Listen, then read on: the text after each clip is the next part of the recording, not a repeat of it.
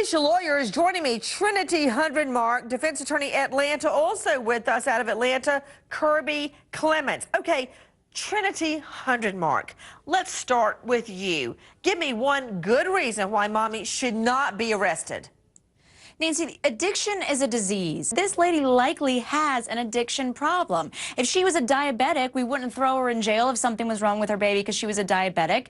But we want to judge her because it's a drug issue. It's a drug problem. But it is a problem. It is a disease, and that's proven. And she deserves a right to try to get help. I'm not saying that what she did was right, but she deserves a right to try to get help. Trinity, but I want the two of you, before I go to you, Kirby Clements, take a look at these progression shots of what meth does to you. Roll it, Liz. We are talking about an incredibly dangerous substance. Brad Lamb, why meth so dangerous?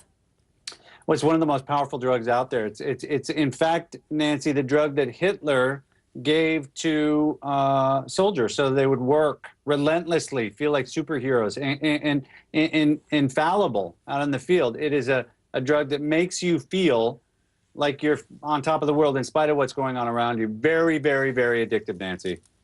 We are showing you progressions of people on meth. Now imagine this happening to a little baby. Look. This woman, child, her infant, born on meth. And this is what it does to you. Now, to the lawyers, back to you, Kirby Clements, as you take a look at that. Give me one good reason. I hear Trinity Hundredmark, she should be helped. I'm all for her being helped. I want her to be helped behind bars. Well, you know, Nancy, I would say that's ridiculous. You know what? And they have in countries where they chop people's hands off to stop stealing. And you know what? People still steal. In this situation, we're not talking about chopping her hand off. No, you're talking about putting her behind bars. Try to get it back in the middle of the road, Clements. No, and jail works. Look at the high recidivism rate. Locking people up serves nothing other than guaranteeing somebody a job to watch them while they're locked up. She needs help. That's the problem. Look at those pictures. Look at her pictures. I agree she needs help. Right. But what about what she did to the baby? What about that? Beyond her control, the nature of meth. This is necessarily a choice if it's an addiction. If it's a problem, if it's a disease, it's not always a choice. What about the people that sold it to her? What about the people that provided it to her? They may have more culpability here than anyone else. In that vein of thinking, the two of you are guilty too. Maybe you helped that person make a sale at the grocery store. Maybe they pumped your gas. Maybe they helped you fix your tire or helped you in the convenience store. Along your train of thought, we're all guilty because this woman took meth while she's pregnant. And I am not talking about right to life or right to abortion. I'm saying if you're keeping the baby, if you decide you're keeping the baby and then you use meth, absolutely inexcusable. Dr. Gallagher, what does meth do to a baby?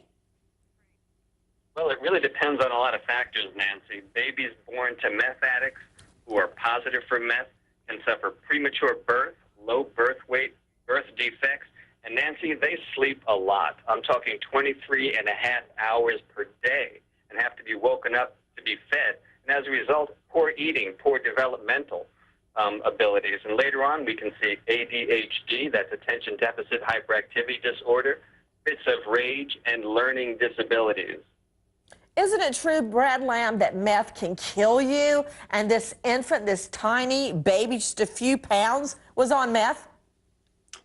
It can cause problems with your heart. Usually people, if they die while they're on meth, it's that they have a heart attack.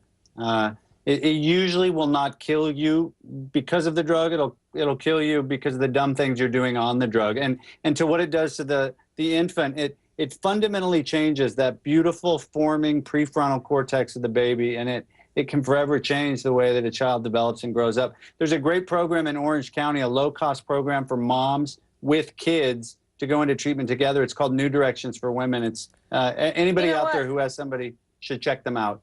New Directions. Trinity Hundredmark, Kirby Clements, I'm all for rehab. Every time I could, I would try to get a drug offender into rehab as opposed to jail. But when you drag in a defenseless child, a newborn into the scenario, that's a whole nother ball game, Trinity. Nancy, we don't know a lot about the facts of this case. I mean, she wouldn't be the first person to be pregnant and not know. We hear that all the time. There's a show called I Didn't Know I Was Pregnant, and these people suddenly know. If she's on drugs, we don't know what her mental state was this entire time. Have you watched I Didn't Know I Was Pregnant? I have. I'm not saying everybody's intelligent, but we're talking about a drug addict. All right, Kirby Clements, when you drag in a baby to this scenario, this is not just about you getting well. It's not, when you are pregnant and you give birth, if you decide to keep the pregnancy and not terminate it, and you give birth, you're responsible for that child. It's not all me anymore. It's about them. So what do we want to criminalize her for being a woman? Why don't we prosecute the man for getting her pregnant when she was knowing she was addicted to meth? Okay, you know what? That is such foolishness. No, it's Cut such both realism. their mics. Bethany Marshall, help me out of this quagmire.